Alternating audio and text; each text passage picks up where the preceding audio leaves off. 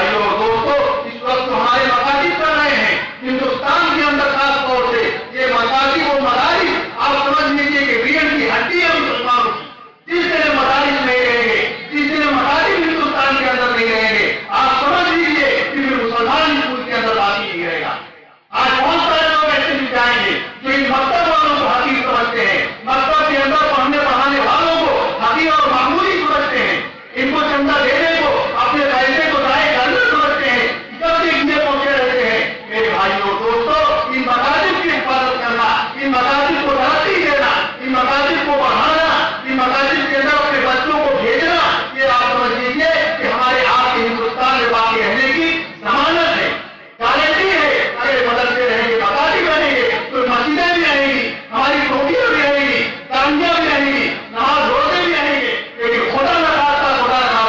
اگر مدارس کو مساجد نہ رہے تو وہی ہوگا جو علامہ اقبال رحمۃ اللہ علیہ نے، جو بڑے شاعر بشیر تھے، انہوں نے کہا کہ ان مکتبوں اور مدرسوں کو اس کے حال میں رہنے دو.